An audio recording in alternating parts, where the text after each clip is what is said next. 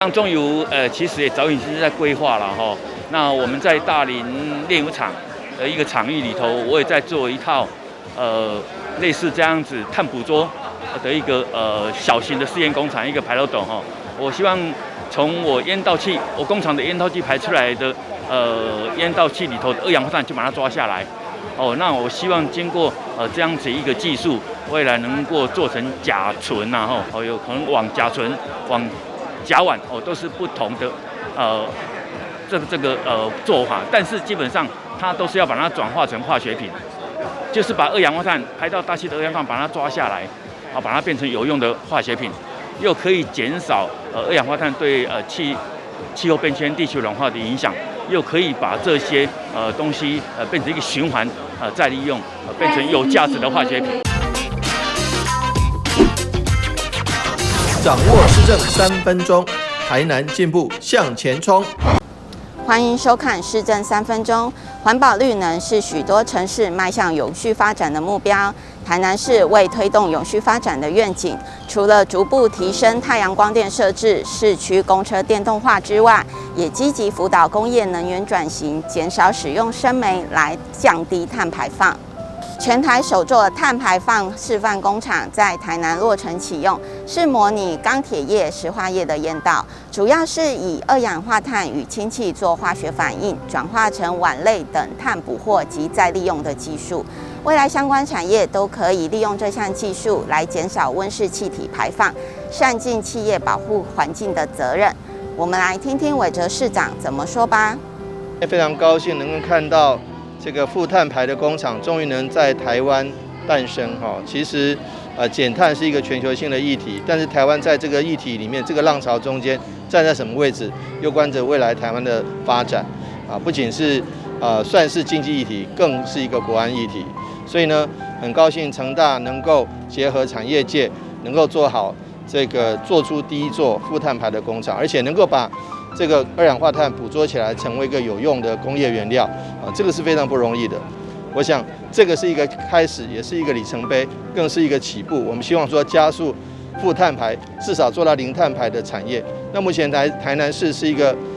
低碳城市，我们也会在城市的这个层次能够做好我们该做的事情，在产业的层次，我们也督促中央政府希望中央政府能够把这个产业的碳排能够减到最低。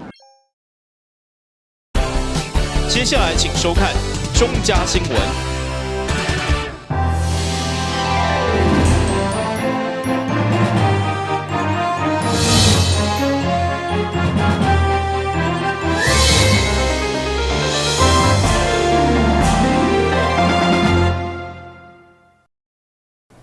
大家好，我是秦美纯，欢迎收看10月19号礼拜2的中嘉台南地方新闻。咱先来关心台南市会定期会，议员翁玉凤伫总质询的时阵，制定猫仔红仔头造型来检讨政府对流浪动物所推动的动物保护政策，因为有一寡根本无适合绝育的猫仔，强制绝育以后，佮野放已经枉死。所以议员呼吁市府以尊重生命为前提，唔通互早期绝育，等到变成菩萨。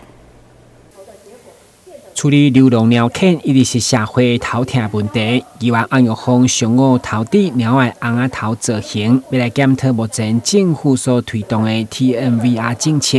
议员以婚林甲苗栗出现体重只有300克加510克的猫仔，因为体早绑起来免疫力不足，佮野放等到死亡为例，要求乱局检讨绝育的时机，呼吁领导考量。他去做结扎的时候，医生要做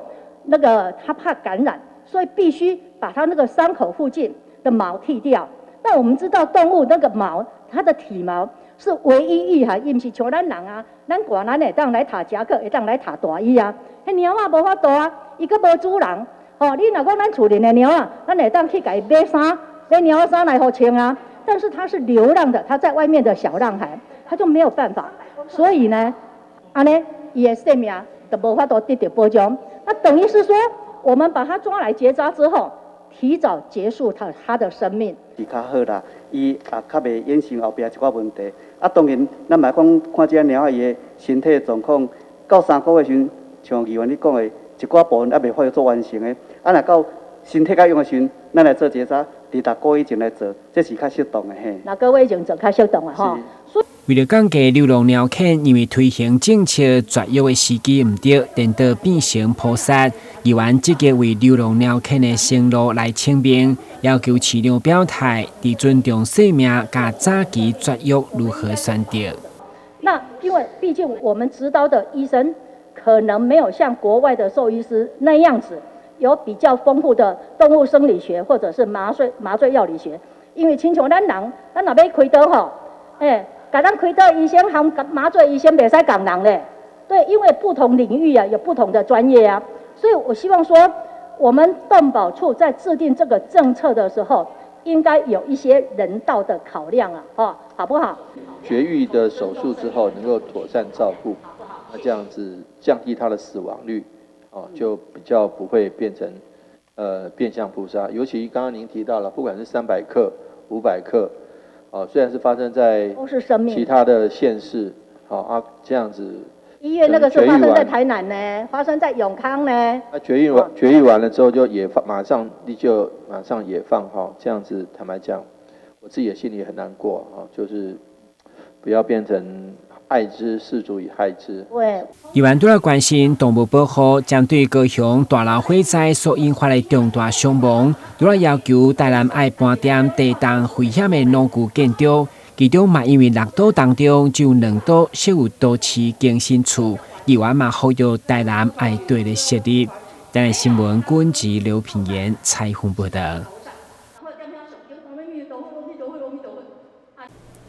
议员翁玉芳关心动物保护，不过议员彭一峰这是因为大北门区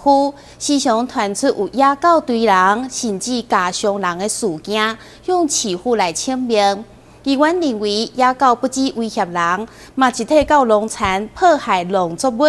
要求农业局一定要彻底解决问题。议员彭一峰以北门区野狗长秋除了不时传出虐人甚至加伤人以外，嘛将农民辛苦栽种的作物加去了，上午积极向市府请命，要求彻底解决，同时思考看如何补助来协助农民。这是里长前阵仔翕无看的啦，里长翕无看的啦。你看卖，真多虫啊、酸啊，多打落种落啦。你看，互狗安尼落吞啦。咱北门这个所在，特别咱金湖迄带啊，因为盐分较重，所以讲咧，得歹种植。即摆你若像小姐安尼落吞到安尼，你看因的芯片，你看这农民拢心咧智慧呢。你若像咱北门上较有名迄洋香瓜啦，因都有用迄落啥布棚安尼落用的对无？是。迄狗落去还是安尼两安尼夹歹了。你看啦，这客厅食饭啦，你看这生活因的生活变哪过？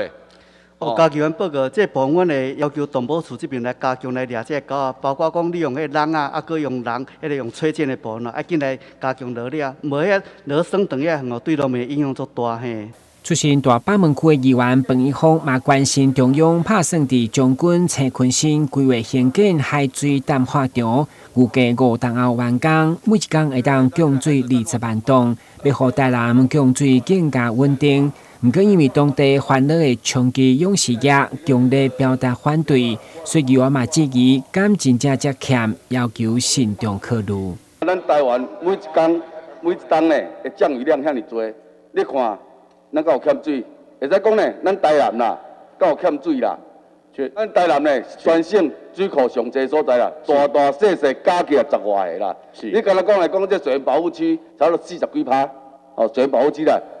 所以讲呢，一直以来我感觉讲，咱中央政府亏欠咱台南县、台南市啦，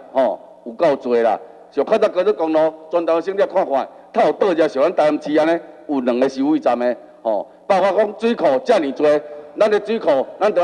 水就互高雄市用的。1哥、2哥拢是2个收费站。刚我听讲迄讲我听讲，咱的粪扫进前拢水费收也都有摕去再去高雄收嘛。听讲最近因也无要互咱收较济啊啦。你看咱水都有人用，海水淡化厂都要起咱遮，敢有道理？朋友们报告，咱是民生垃圾再去高雄收，空间留出来互事业废弃物来收。因为今年咱到5月30日遇到这种极端气候的影响我们主要的那个像曾文雾山头跟南华水库3座水库的蓄水量，大概仅剩下到6300万吨这个是我们遭逢多年以来大概是遇到最大的一次的一个干旱的一个状况那所以说呢，包含的中央到地方我们市长这边也在积极的，我们都开拓的想办法一个相关的水资源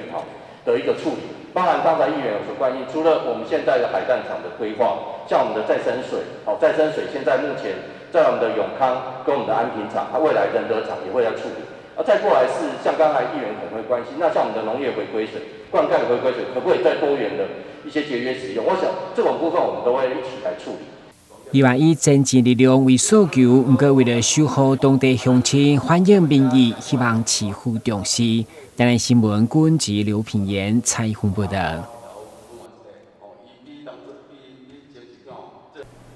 针对高雄大楼火灾严重伤亡，伫一届议会总质询当中，有真侪议员拢提出来检讨，避免遗憾伫个台南重演。其中议员张世贤嘛关心，一旦发生高楼火警，咱的抢救器材甲设备敢有充足，要求人命优先，救命器材换新绝对唔通省。为了这摆高雄大火伤亡袂阁再重演，议员张世贤、总质询都要关心台南相关老旧建筑的状况，嘛锁定一旦发生类似的灾害，台南市消防救灾设备、抢救的器材状况阁是如何，要求一定要太旧换新。议员以带领过义消的角色，全力替消防人力物力来把关。咱大家拢感同身受啦，是，拢咱真正对这家属嘛，感觉咱对因的这个你感觉我也讲不出来啦。反正都对因社会对因也无公平啦，我是要安怎讲，我讲尔，老旧的这个公务我请问咱台南市有偌济这像类似这型的啦，有几数啦？50栋呢，好啦。我讲遐出水尤其像讲要救的，这氧气筒这个所有的器具、救灾器具，咱遮有足无啦？分推车剩会到尾啦？分推车会使存到53公尺，18楼啦，17楼到18楼啦。存到几楼？18楼。8楼啦，咱遮上悬的偌几楼？35楼，35。对，但是伊要靠内面的消防设备啦，伊唔是靠分推车啦。存到18楼尔。是这要穿好悬，你着要道路有够遐宽，伊个骹。了解啦，唔是啊。咱当然爱看地势啦，议员都来关心消防设备甲拍火兄弟的勤务津贴，嘛进一步要求校育关心住伫老旧大楼内底弱势，要求结合社会资源，互因当改善大的安全，嘛持续稽查，避免对抗杂物的环境阻碍逃生，再次发生危害。台南新闻军及刘品言采访报道。近年来，时常发生大型的车辆因为视线盲区或者是内轮差等因素造成伤亡。为了避免类似的事件一再上演，市府消防局特别拜访台南在地业者基米车店，得到该公司的支持，主动捐出3座 AI 自动警示系统，予大型的消防车辆使用。借着台南市消防车辆示范安装，作为全国的起跑点。根据全台大型车事故，一年就高达5000件，其中因为驾驶视线死角以及内轮差，就是事故主要因素。而且这项事故不只是伫台湾发生而已，伫世界各国拢有同款的状况。因此，有部分的欧美国家伫明年起就规定大型车出厂，拢要配置盲区 AI 主动警示系统，才会当上路。台南市消防局这次就收到基米车店捐赠了3组盲区 AI 主动警示系统，希望会当降低因为视线死角以及内轮差等因素所造成的伤亡事件。奇美车店所捐赠的这个安全系统配合 AI 的系统，能够让我们消防车在出勤的时候能够避开这个死角，能够主动做一些动作的反应让消防车在出任务的时候更安全，避免造成憾事。那因为消防车跟卡车一样，车辆比较高，这个高度比较高，那往往有时候会视野很好，但是看不见车前以及右侧副驾的前面所以说像今天就在别的县市就发生大车这个车祸结果就碾到了这个骑机车的这个驾驶，所以说我们觉得避免这种憾事。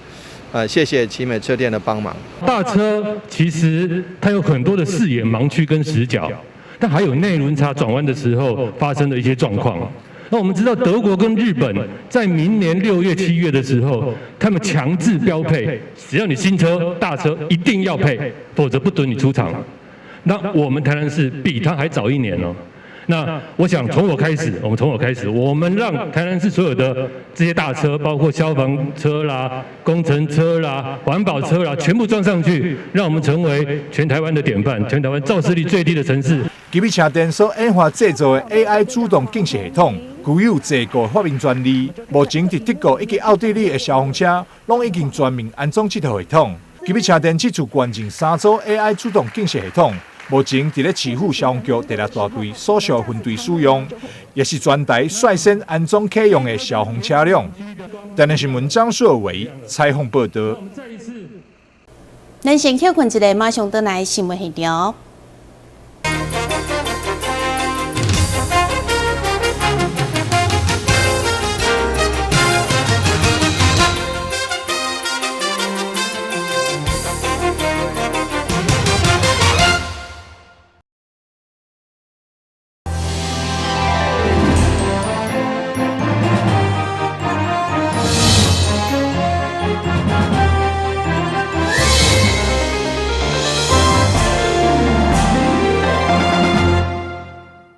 响应10月份交通安全月，市府伫大台南交通教育主题馆举办小小警察宣导活动，市长黄伟哲特别扮演交通安全宣导大赛，而且阁安排活泼的行动剧，让小朋友了解交通安全的重要性。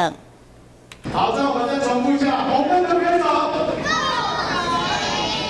为了推广交通安全，台南市政府警察局甲交通局邀请到幼儿园的小朋友扮演小小警察，让囡仔亲身参与，实际了解交通规则和交通安全的知识，自细汉就开始建立。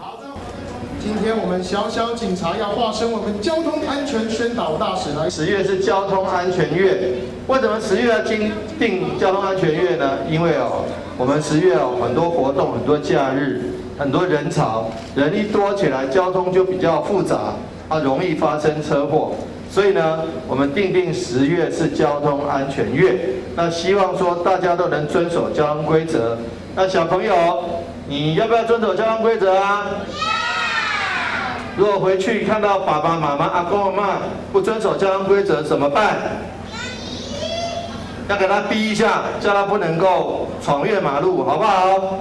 警察局甲交通局特别精心规划，以交通安全为活动主题，办理小小警察体验营。现场由柏林幼儿园、林明县执行长甲老师，带领20位白兔班以及绵羊班的小朋友一同参加。在环境甲交通同仁的带领之下，小朋友穿着迷你版的警察制服，戴着安全帽，骑着迷你版的重型机车，在模拟的道路上认识交通号志、标线以及交通规则，认真学习的模样，十分的鼓吹。